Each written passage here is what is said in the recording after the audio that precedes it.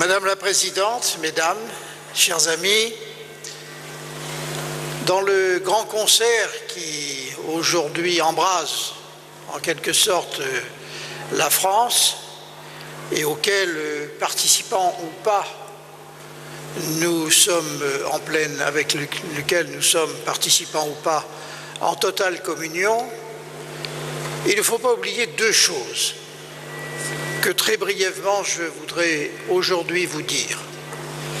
La première, c'est que s'il importe de dénoncer avec la plus grande vigueur le terrorisme des organisations, quelle que soit leur motivation, identitaire mais plus dangereusement encore messianique, c'est-à-dire des gens qui veulent porter une idéologie et nous contraindre à l'épouser.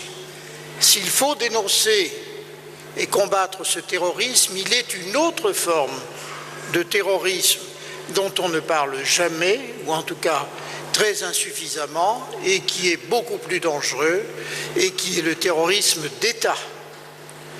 Il est beaucoup plus dangereux de voir des États constitués avec la force que peut leur donner leurs moyens de contrainte, opprimer des populations, porter la violence en dehors de leurs frontières.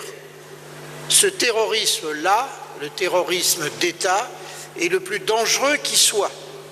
Et il ne faut pas aujourd'hui l'oublier sous le prétexte que d'autres organisations se livrent à des actes tout à fait inadmissibles.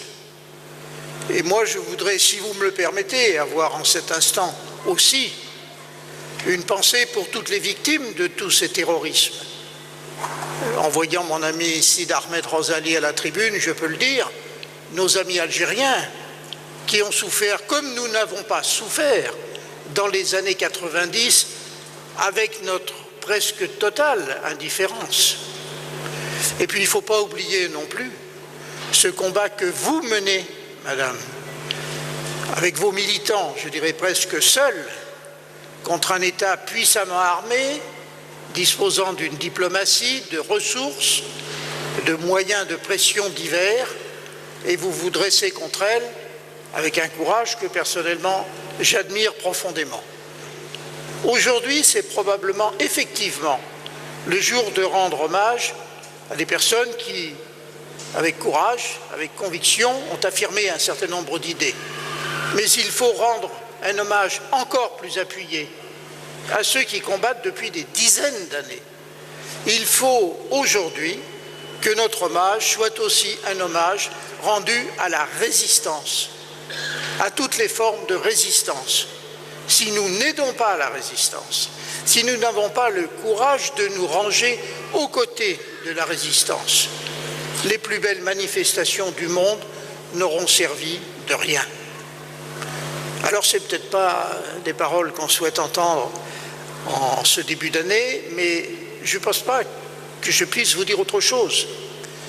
Si, une autre chose très simple, du fond du cœur, à chacune, à chacun d'entre vous, une excellente année. Bonne année à tous.